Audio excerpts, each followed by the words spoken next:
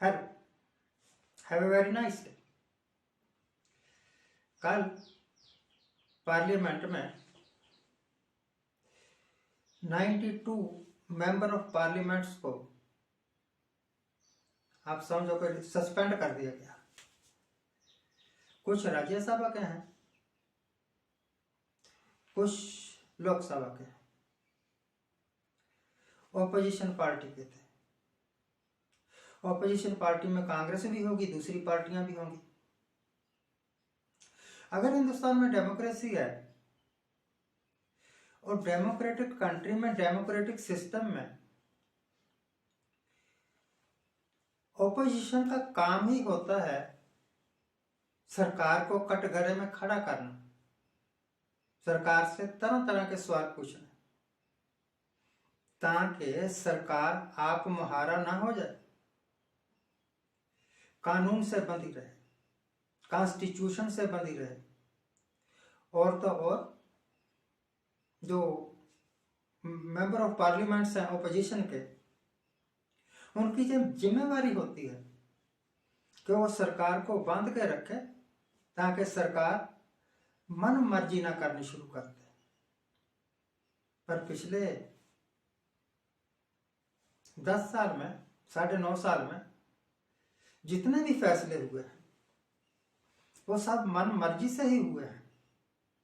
Otherwise बहुत सारे फैसले तो, इनके बहुत सारे कानून तो ऐसे थे, इनके पास मेजोरिटी ही नहीं थी कि पास हो जाए राज्यसभा में, पर फिर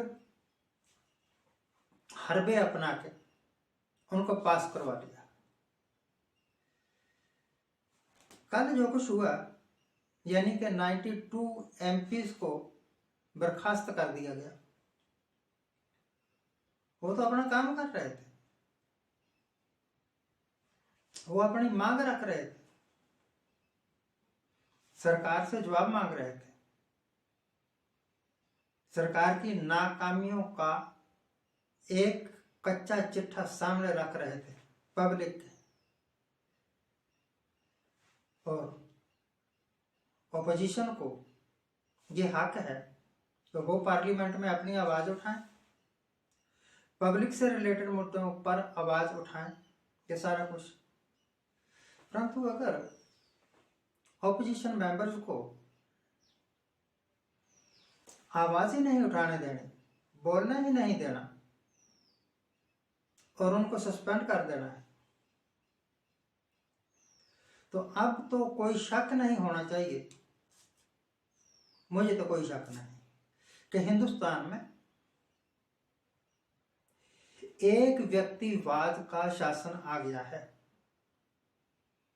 अब डेमोक्रेसी नाम की कोई चीज नहीं रही। इसका मतलब अगर डेमोक्रेसी है तो सरकार साबित करे कि ये ऑपोजिशन के मेंबर डेमोक्रेटिक नहीं थे, इस करके इनको बाहर निकाला।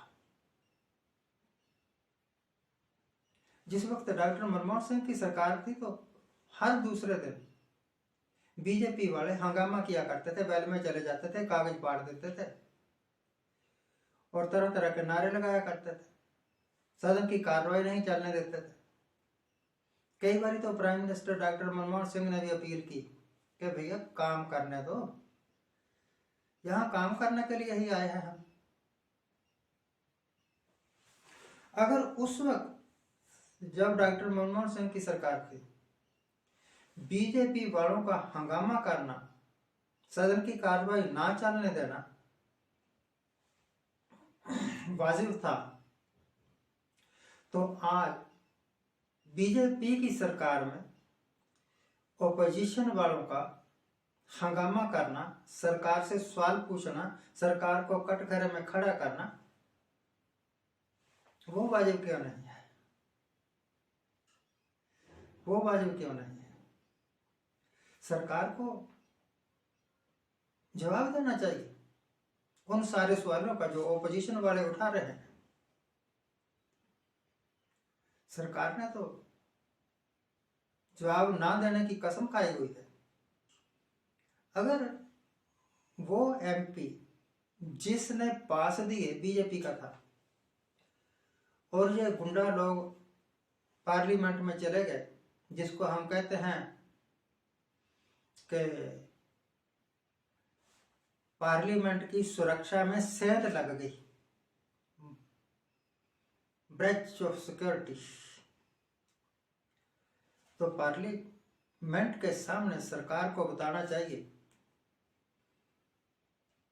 कि क्यों ना उस एमपी के विरुद्ध कार्रवाई की जाए जिसने इन गुंडा तत्वों को अंदर जाने के वास्ते पास इशू किए।